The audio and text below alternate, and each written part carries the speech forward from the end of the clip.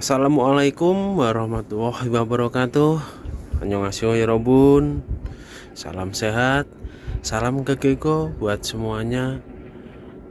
Dan untuk teman-teman yang saat ini sedang mengikuti proses G2G kerja ke Korea Selatan, saya doakan mudah-mudahan gampang prosesnya dan cepat prosesnya juga, dan tentunya juga bisa terbang dan kerja ke Korea Selatan. Amin, amin ya robbal alamin.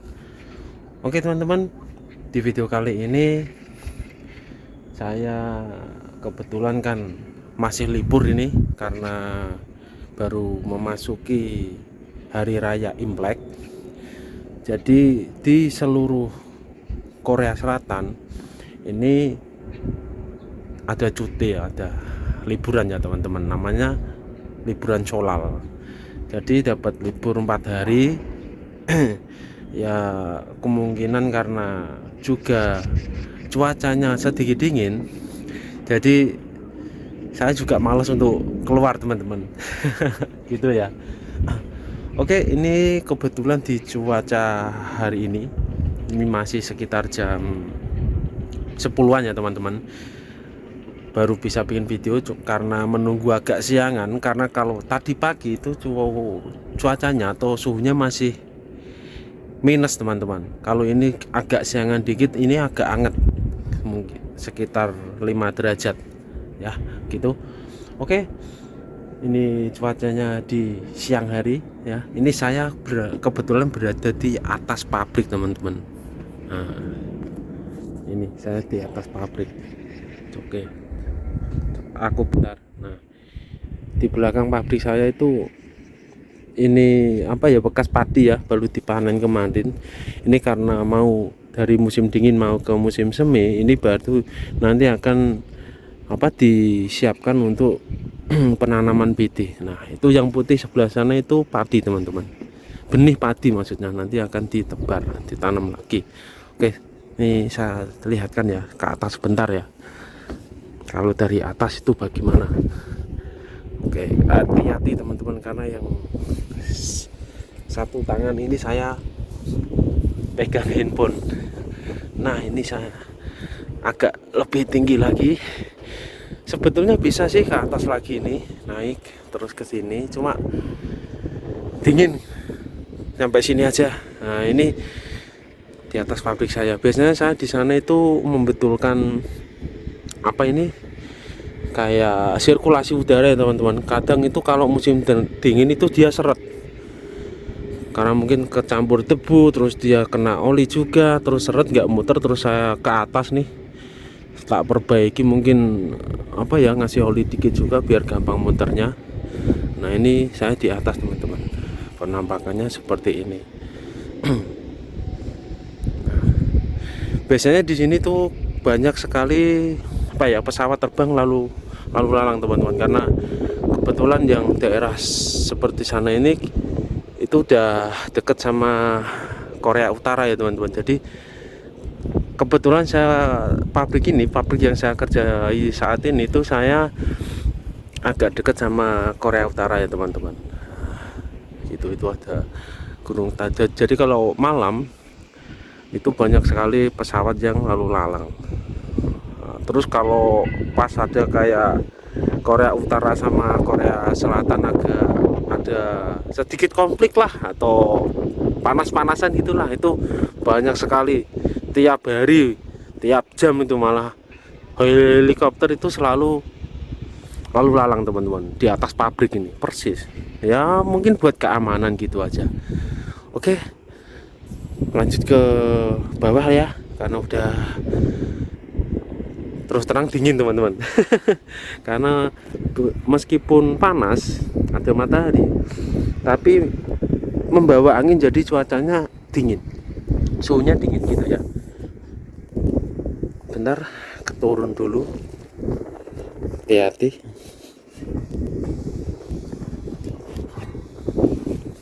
Oke, nah begitu teman-teman suasana di atas pabrik ya. Oke, jadi kembali lagi ke topik ya, ke topik yang video kali ini. Jadi melalui unggahan live streaming dari akun Facebook beliau teman-teman, Bapak Benny Ramdhani ya, kemarin pihak HRD Korea sudah memberikan pengumuman, sudah ACC ya teman-teman, Februari ini mau mulai dibuka pendaftaran ujian CBT IPS topik bahasa Korea teman-teman. Jadi ini kabar gembira, kabar yang bagus buat kita semua, buat yang di Indonesia baru mengikuti proses G2G kerja ke Korea Selatan, harus semangat belajar tentunya. Oke, bisa dilihat saja di website resminya BB2MI ya teman-teman, pendaftaran pembukaan ujian IPS topik bahasa Korea. Jadi bisa dilihat nanti syaratnya apa aja, terus di situ nanti ada kayak sektor apa yang dibuka, terus kuotanya masing-masing sektor ada berapa, nanti bisa dilihat juga ya teman-teman. Dan tentunya di video ini saya juga akan menjelaskan isi dari pengumuman dari website BB2MI gitu ya teman-teman. Pokoknya tonton terus video saya kali ini, jangan di skip tentunya, supaya tidak ketinggalan apa itu pengumuman yang penting tentunya. Oke teman-teman, jangan lupa di subscribe, di like, di share tentunya, supaya saya lebih semangat lagi membuat video-video yang bermanfaat tentunya mengenai proses G2G Korea ataupun kegiatan saya atau aktivitas saya selama di Korea Selatan itu. Oke teman-teman, terima kasih yang sudah menonton video kali ini ya, dan sudah menemani saya membuat video kali ini ya teman-teman. Oke, langsung saja saya akan menjelaskan apa ya pengumuman yang hari ini diumumkan di website BB2MI ya teman-teman, tentunya mengenai pembukaan pendaftaran ujian IPS topik bahasa Korea teman-teman. Oke, ini saya mau cari tempat dulu ya yang enak ya, karena saya juga harus membuka catatan membuka handphone dan satu ya teman-teman. Jadi untuk menjelaskan apa-apa syarat ataupun sektor yang diumumkan atau yang diinginkan oleh HRD Korea teman-teman. Sebentar saya letakkan dulu handphonenya. Ini sorry, soalnya bikin videonya dadakan ya teman-teman, jadi nggak ada persiapan. Ini sambil jongkok gak masalah. Ini coba saya lihat ya di pengumumannya. Jadi pengumumannya itu sudah keluar ya teman-teman, dan juga sudah banyak yang nonton. Langsung resmi di website BB2MI ya teman-teman. Yang paling atas sendiri adalah pengumuman pendaftaran program G2G ke Korea Selatan gitu teman-teman.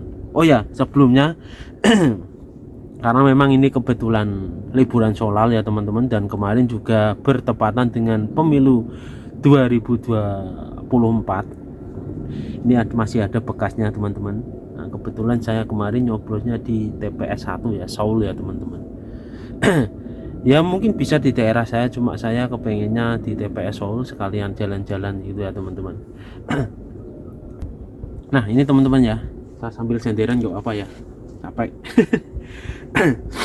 Jadi di pengumuman di website BB2MI ini sudah dijelaskan semuanya.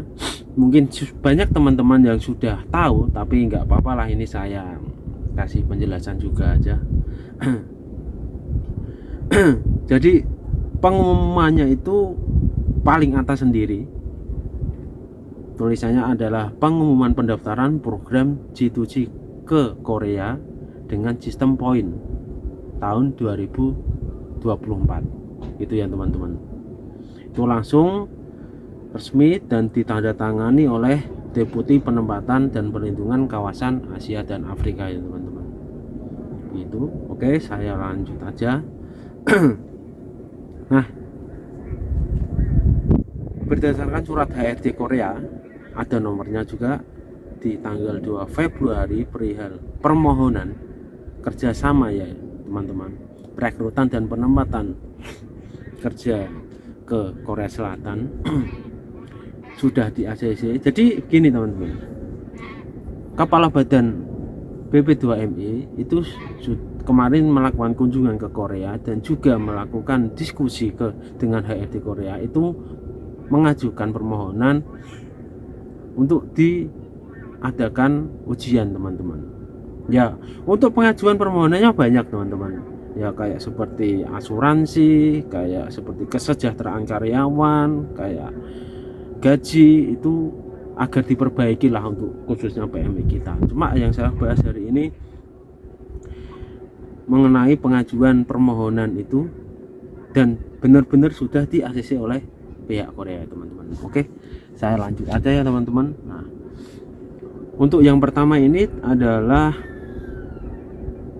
sektor pekerjaan dan kuotanya teman-teman. Jadi sektor pekerjaan dan kuotanya tentunya dengan melalui IPS topik, ujian IPS topik dengan sistem poin ya teman-teman. Itu dari HRD Korea sudah menunjui ada sekitar 1, 2, 3, sekitar 5 teman-teman, 5 sektor ya teman-teman.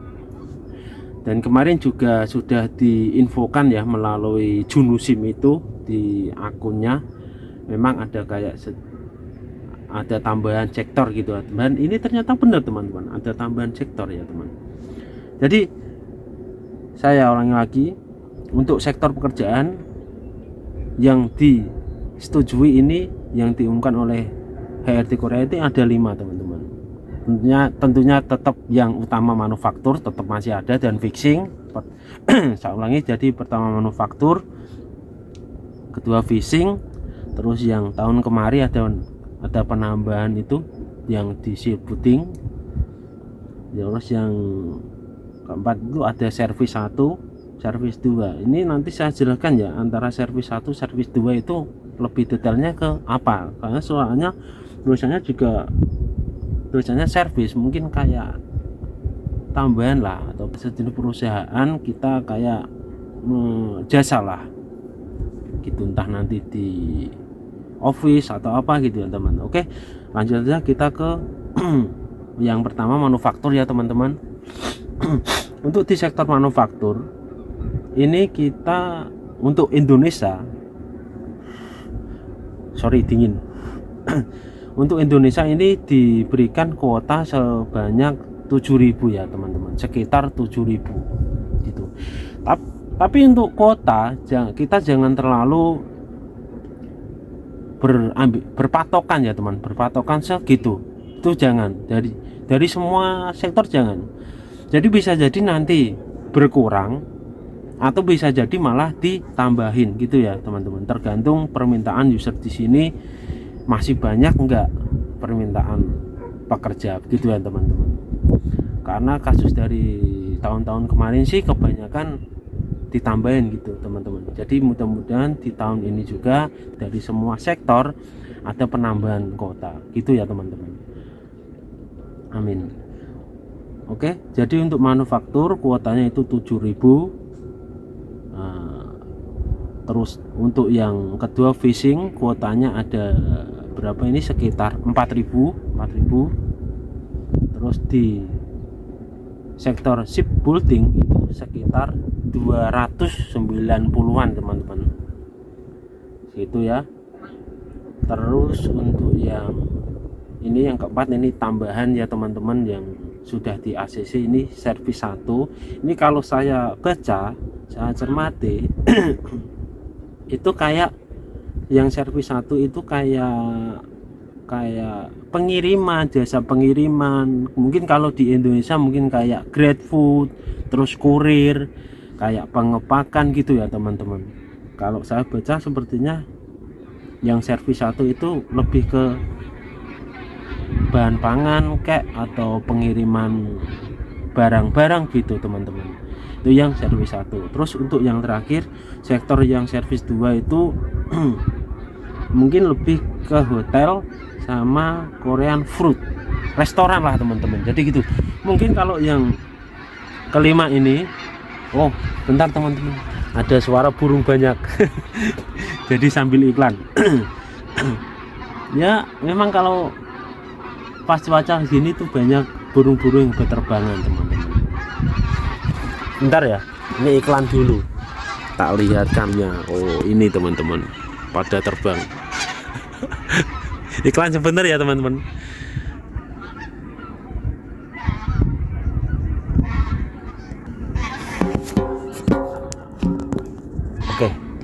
Oke, saya lanjut lagi.